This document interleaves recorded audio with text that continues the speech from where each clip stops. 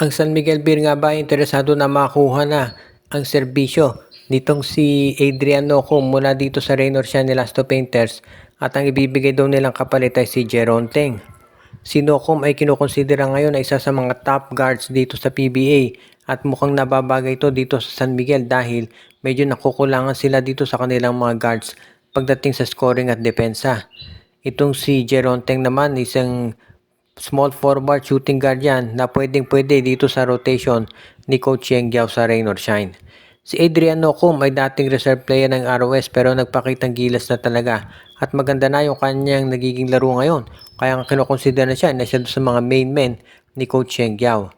Kaya naman ang San Miguel Bay nagkaroon na ng interes na makuha ang nabanggit na player. Si Nocum kung mapunta yan sa San Miguel, hindi dapat mag-worry yung mga fans na mawawalan to ng playing time.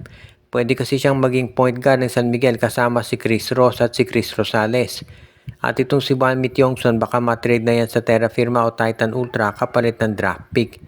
Kapag si Nocum naglaro sa San Miguel, pwedeng siya ang point guard pwedeng siya starting point guard nila at magiging backup na itong si Chris Ross. Iyan yung nakita natin na pwedeng gawin talaga ng San Miguel Beermen.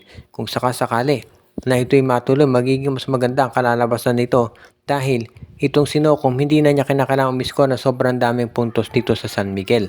Ang dami ng scorers dyan katulad nila si Jay Perez, Jericho Cruz, of course, si Junmar Fajardo ang 9-time MVP. Kaya nga, si Nocum kapag yan ang nakuha ng San Miguel, magiging isa siya doon sa mga vital components ng team para dito sa kanilang drive na maka-Grand Slam. Kung ito namang San Miguel Beer ay gustong makuha talaga yung ito si Kaylan Tiongson bukod dito kay Nocum, kinakailangan magbigay pa sila ng isa pang player na siyang magiging magandang magandang option para kay Coach Yeng. Ngayon, ito namang Titan Ultra ay nakikipag-usap daw dito sa Converge Fiber Xers naman dahil interesado ang Titan Ultra na makuha itong si Pau Havillonar. Si Pau Havillonar ay isang unrestricted free agent with rights to salary ng Converge. Kaya nga ang Titan Ultra na naghahanap ng mga center, pwede nilang makuha itong si Pau Havillonar.